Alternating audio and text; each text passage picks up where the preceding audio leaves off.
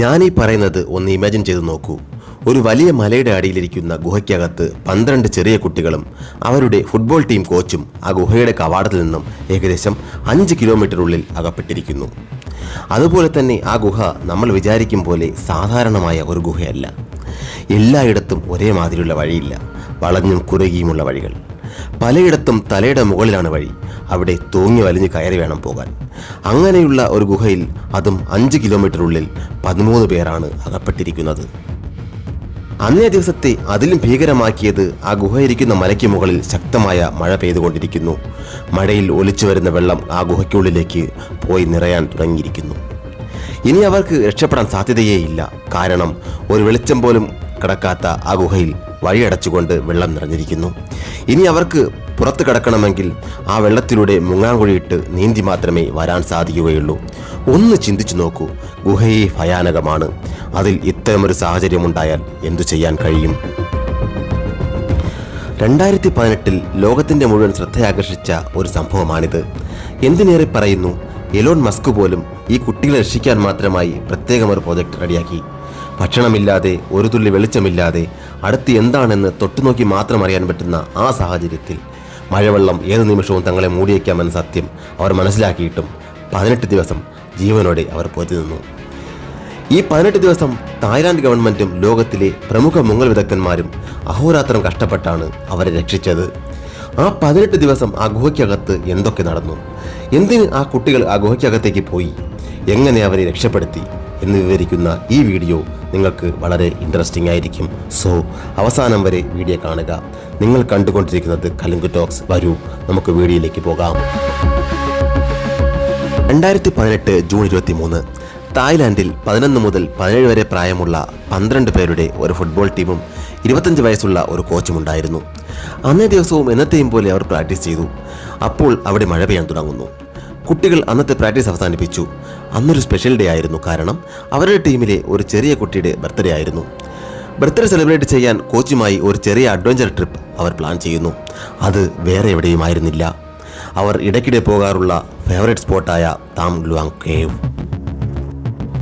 അവർ സ്ഥിരമായി ആ ഗുഹയ്ക്കുള്ളിൽ ഒരുപാട് ദൂരം പോയിട്ടുണ്ടെങ്കിലും ആ ദിവസം അവർ വിചാരിച്ചതുപോലെ ഒരു ദിവസമായിരുന്നില്ല. ഉച്ച കഴിഞ്ഞ് അവർ തങ്ങളുടെ സൈക്കിളെടുത്ത് ആ ഗുഹയിലേക്ക് പോകുന്നു. ഇവിടെ ആ ബർത്ത്ഡേ ബോയുടെ വീട്ടിൽ രക്ഷിതാക്കൾ കേക്കും ഗിഫ്റ്റുമൊക്കെ വാങ്ങി കാത്തിരിക്കുകയായിരുന്നു. അന്ന് ഏറെ വൈകിയും ആ കുട്ടി വീട്ടിൽ വരാത്തത് കൊണ്ട് അവർ അന്വേഷിച്ചിറങ്ങുന്നു. അപ്പോഴാണ് ആ കുട്ടിയോടൊപ്പം 13 പേർ ആ ഗുഹയിലേക്ക് പോയിരുന്നു എന്ന് അവർ മനസ്സിലാക്കുന്നത്. ഈ സമയം മഴയും ശക്തമായി തുടങ്ങിയിരിക്കുന്നു. അതുകൊണ്ട് തന്നെ കുട്ടികളുടെ രക്ഷിതാക്കൾ ആ ഗുഹയിലേക്ക് പോയി അന്വേഷിക്കാൻ പോകുന്നു. അവിടെ അവർ കണ്ടത് ആ കുട്ടികളുടെ സൈക്കിളുകളും ബാഗുകളും വെളിയിൽ ഇരിക്കുന്നു. അതോടൊപ്പം പുറത്തുനിന്ന് വെള്ളവും ആ ഗുഹയിലേക്ക് ഒഴുകി തുടങ്ങിയിരിക്കുന്നു. ആ കുട്ടികൾ എവിടെയാണ് ഇരിക്കുന്നത് എന്നതിനെപ്പറ്റി ഒരു അറിവും കിട്ടുന്നുണ്ടായിരുന്നില്ല. ലോക്കൽ റെസ്ക്യൂ ടീം വൈകാതെ തന്നെ എത്തുകയും അവരോടൊപ്പം കുറച്ച് രക്ഷിതാക്കളും ഗുഹയ്ക്കുള്ളിലേക്ക് പോയി തിരച്ചിൽ തുടങ്ങുകയും ചെയ്യുന്നു. ഏകദേശം 1 മണിക്കൂറോളം അവർ അകത്തേക്ക് പോയിട്ടും ഒന്നും കാണുന്നുണ്ടായിരുന്നില്ല. കൂടാതെ ഉള്ളിലേക്ക് പോകും തോറും ശ്വസിക്കാൻ പോലും പറ്റാത്ത വിധം അവർ വിഷമിക്കാൻ തുടങ്ങുന്നു. അതിനുശേഷമുള്ള വഴി ഇടുങ്ങിയതായിരുന്നത് കൊണ്ട് തന്നെ അവിടെ വെള്ളം കൊണ്ട് നിറഞ്ഞിരുന്നു. അപ്പുറത്തേക്ക് പോകണമെങ്കിൽ വെള്ളത്തിലൂടെ മുങ്ങാങ്കുഴിട്ടാൽ മാത്രമേ സാധിക്കുകയുള്ളൂ. ആ വെള്ളം എത്ര ദൂരമുണ്ടെന്ന് അറിയാത്തത് കൊണ്ട് തന്നെ ഇനി അങ്ങോട്ട് ഡൈവേഴ്സ് വന്നാൽ മാത്രമേ കാര്യം സാധ്യമാകൂ എന്ന് മനസ്സിലാക്കിയ അവർ തിരിച്ചു വരുന്നു. അടുത്ത ദിവസം ജൂൺ 24, 2018 ഈ വിഷയം എല്ലാവരും അറിഞ്ഞു തുടങ്ങിയിരിക്കുന്നു. തായ്ലാൻഡ് ഗവർണർ സംഭവ സ്ഥലത്തെത്തി.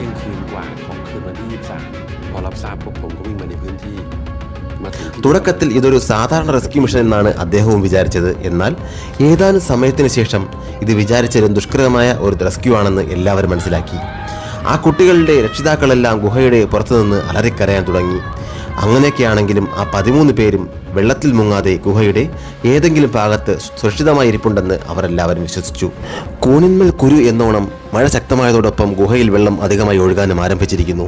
ഇനി ആ 13 പേരെ രക്ഷിക്കാൻ ലോകത്തിലെ തന്നെ ഏറ്റവും പരിചയസമ്പന്നരായ കേവേഴ്സും മികച്ച കേഡേവേഴ്സും വേണമെന്ന് മനസ്സിലാക്കിയ തായ്ലാൻഡ് ഗവൺമെൻറ് അതെല്ലാം അറേഞ്ച് ചെയ്യുന്നു.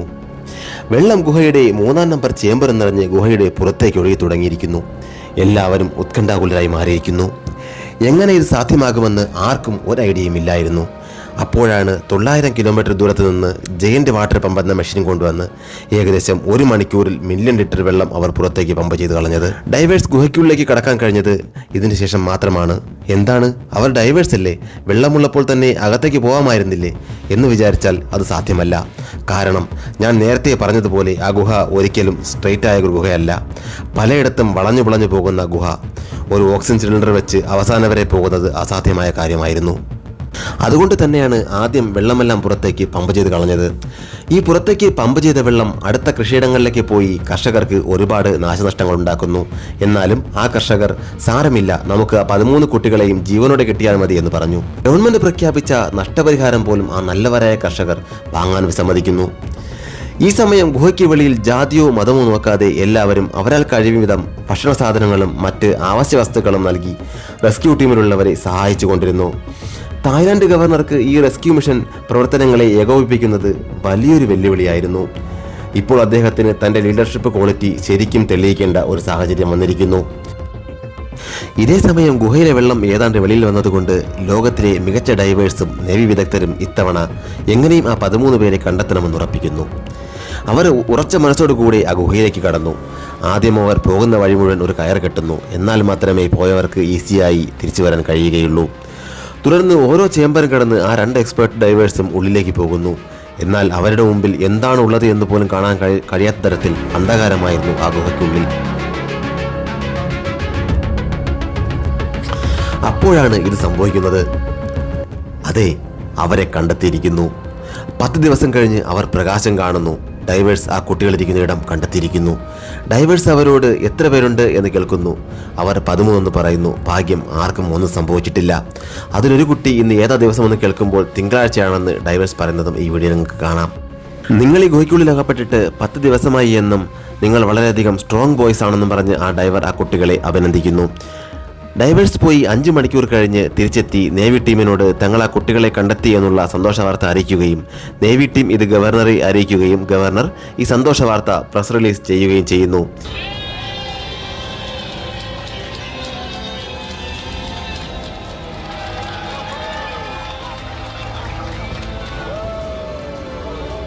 ഈ വാർത്ത കേട്ട പുറത്തുനിന്ന എല്ലാ ആൾക്കാരും ആവേശഭരിതരായി. എന്നാൽ ഇനിയാണ് ഏറ്റവും പ്രയാസമേറിയ ടാസ്ക് വരുന്നത്. ആ 13 പേരെ എങ്ങനെ വെളിയിൽ കൊണ്ടുവരും? എന്തെന്നാൽ അതിലുള്ള പ്രായം കുറഞ്ഞ കുട്ടികൾക്ക് നീന്തൽ അറിയില്ല. അതുകൂടാതെ പലയിടത്തും മുങ്ങാങ്കുഴിയിട്ട് വെള്ളത്തിനുള്ളിൽ കൂടിയാണ് വരേണ്ടത്. ഓക്സിജൻ സിലിണ്ടർ ഉപയോഗിച്ച് ശീലമില്ലാത്ത, അതും 10 ദിവസം ഭക്ഷണം കഴിച്ചിട്ടില്ലാത്ത, ഗുഹയിൽ മുകളിൽ നിന്ന് ഇറ്റുവരുന്ന വെള്ളം മാത്രം കുടിച്ച് ജീവിച്ചിരുന്ന ആ കുട്ടികളെ അങ്ങനെ കൊണ്ടുവരുന്നത് ഒരു കാരണവശാലും സുരക്ഷിതമല്ല. പല സ്ഥലങ്ങളിലും ഒരാൾക്ക് മാത്രം പോകാനുള്ള സ്ഥലമേ ഉണ്ടായിരുന്നുള്ളൂ. സോ ഇതെങ്ങനെ സാധ്യമാക്കുമെന്ന് എല്ലാവരും ആകുലപ്പെട്ടുകൊണ്ടിരുന്നു. അപ്പോഴാണ് സ്പേസ് എക്സിന്റെ ഓണർ എലോൺ മസ്ക് ആ ഐഡിയ പറയുന്നത്. കുട്ടികളെല്ലാം ചെറിയ റോക്കറ്റ് പോലെയുള്ള ഓക്സിജൻ നിറഞ്ഞ സ്യൂട്ടിനകത്ത് വെച്ച് വെളിയിലേക്ക് കൊണ്ടുവരാമെന്ന് അദ്ദേഹം അഭിപ്രായപ്പെട്ടു. എന്നാൽ അതിനുള്ളിലെ ചെറിയ വഴികളിൽ അത് അസാധ്യമായിരുന്നതുകൊണ്ടും ഇടയ്ക്ക് വീണ്ടും ഓക്സിജൻ സപ്ലൈ വേണ്ടി വരുന്നതുകൊണ്ടും അത് അസാധ്യമായതുകൊണ്ടും വേറെ പ്ലാൻ തയ്യാറാക്കാൻ അവർ നിർബന്ധിതരാകുന്നു.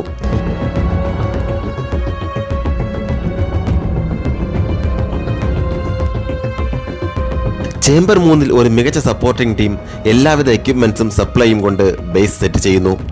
ആദ്യം അകത്തുള്ള ആ കുട്ടികൾക്ക് മെഡിസിൻസും സപ്ലൈസും കൊടുക്കാൻ നേവി ടീമിൽ നിന്നും ആളുകളെ അയക്കുന്നു.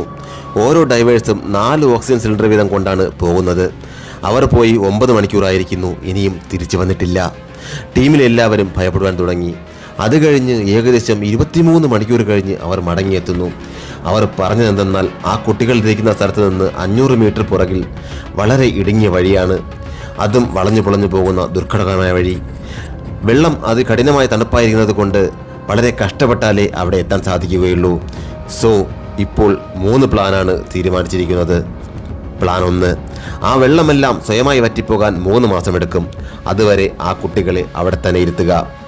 പ്ലാൻ 2, ആ മലയുടെ ഇടയിൽ നിന്ന് വേറെ ഏതെങ്കിലും വഴിയിലൂടെ അവരിരിക്കുന്ന സ്ഥലത്തേക്ക് പോകാൻ കഴിയുമോ എന്ന് കണ്ടെത്തുക. പ്ലാൻ 3, ആ കുട്ടികൾക്ക് കുറച്ച് ട്രെയിനിങ് കൊടുത്ത് ഓക്സിജൻ സിലിണ്ടർ ഉപയോഗിച്ച് ഓരോരുത്തരെയായി വെളിയിലേക്ക് എത്തിക്കുക. ഇപ്പോൾ പ്ലാൻ 3 ആണ് ശരിക്കും പ്രായോഗികം എന്ന് മനസ്സിലാക്കിയ ടീം അതിനുള്ള നടപടികൾ ആരംഭിക്കുന്നു. എന്നാൽ ഡൈവേഴ്സ് ഉപയോഗിക്കുന്നത് പോലെ ഓക്സിജൻ വാൽവ് വായിൽ വെച്ച് ശ്വസിക്കുന്നത് അവർക്ക് അത്ര ഈസി അല്ലായിരുന്നു. അതുകൊണ്ട് തന്നെ ഒരു സ്പെഷ്യൽ മാസ്ക് അവർക്ക് വേണ്ടി തയ്യാറാക്കുന്നു. അത് വെച്ച് കഴിഞ്ഞാൽ സാധാരണ പോലെ തന്നെ അവർക്ക് ശ്വസിക്കാൻ സാധിക്കും. ആ വിഷയം പറയാൻ ആ 2 എക്സ്പെർട്ട് ഡൈവേഴ്സും കുട്ടികളിരിക്കുന്ന സ്ഥലത്തേക്ക് വീണ്ടും പോകുന്നു. എപ്പോഴത്തെയും പോലെ അവർ പോയിട്ട് 5 മണിക്കൂർ കഴിയുമ്പോഴേക്കും തിരിച്ചു വരുന്നു. എന്നാൽ നേവിയിലെ ഡൈവേഴ്സിന് മാത്രം ഏതാണ്ട് ഒരു ദിവസം എടുക്കുന്നു. കാരണം നേവിയിലെ ഡൈവേഴ്സ് ആ ഡൈവേഴ്സിനെ പോലെ പ്രൊഫഷണൽ ഡൈവേഴ്സ് അല്ലായിരുന്നു. പ്ലാൻ പോലെ ഓരോ ചേംബറിലും എക്സ്ട്രാ ഓക്സിജൻ സപ്ലൈ വയ്ക്കുന്നതിനായി നേവിയിലെ 2 ഡൈവേഴ്സും 4 പ്രൊഫഷണൽ ഡൈവേഴ്സും പോകുന്നു. പോയ മറ്റെല്ലാ ഡൈവേഴ്സും തിരിച്ചെത്തിയിട്ടും നേവിയിലെ ആ 2 ഡൈവേഴ്സ് മാത്രം വന്നില്ല.